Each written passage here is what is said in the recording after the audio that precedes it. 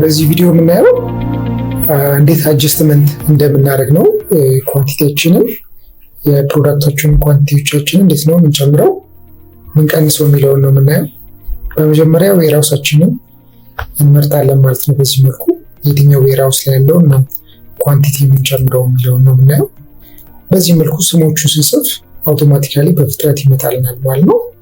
ከዛ ምን ያህል ኳንቲቲ ነው መጨመር የምንፈልገው፣ ምን ያህል ኳንቲቲ ነው ወይም መቀነስም ከሆነ ሰብስትራክሽን አድርገን በዚህ መልኩ ኳንቲቲያችንን ማስተካከል እንችላለን ማለት ነው።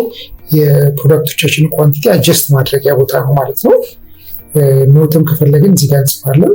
በዚህ መሰረት አጀስት እናደርጋለን ማለት ነው።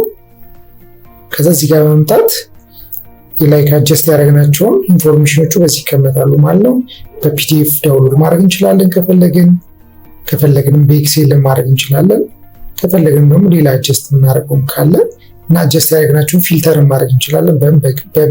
በዚህ ቀን አጀስት የተደረገ ሪፈረንስ ነምበር እና በዌርሃውሶች ደግሞ ፊልተር ማድረግ እንችላለን ማለት ነው። አንደኛው አጀስቲንግ ላይ ይሄን ይመስላል። ያውኑ ላይ 3 ኳንቲቲ ጨመርነው ላይ ፕሮዳክት ላይ ብንገባ በፊት 30 ነበር 33 ሆነ ማለት ነው።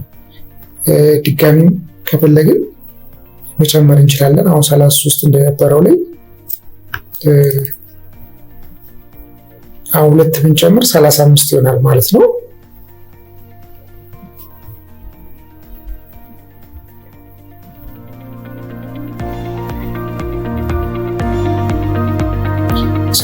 ይሆናል ማለት ነው።